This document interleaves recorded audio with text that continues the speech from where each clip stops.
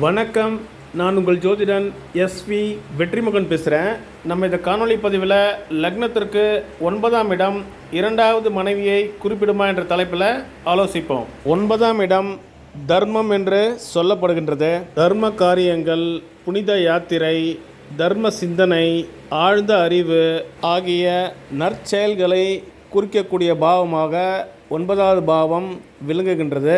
முதல் மனைவி உயிரோடு இருக்கின்ற போது 2வது திருமணம் செய்யக்கூடிய காலகட்டமாக இன்றைய காலகட்டம் விளங்குகின்றது.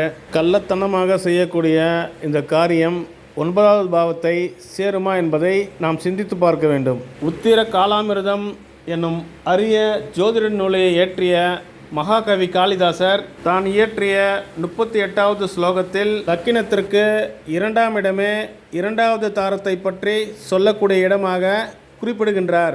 உத்திர காலாமிர்தம் என்னும் நூலுக்கு உரை எழுதிய ஜோதிட வித்வான் MS சதாசிவம் ஐயா அவர்கள் தெளிவாக குறிப்பிடுகின்றார். மற்றொரு காணொளி பதிவில் உங்களை சந்திக்கிறேன். நன்றி, வணக்கம்.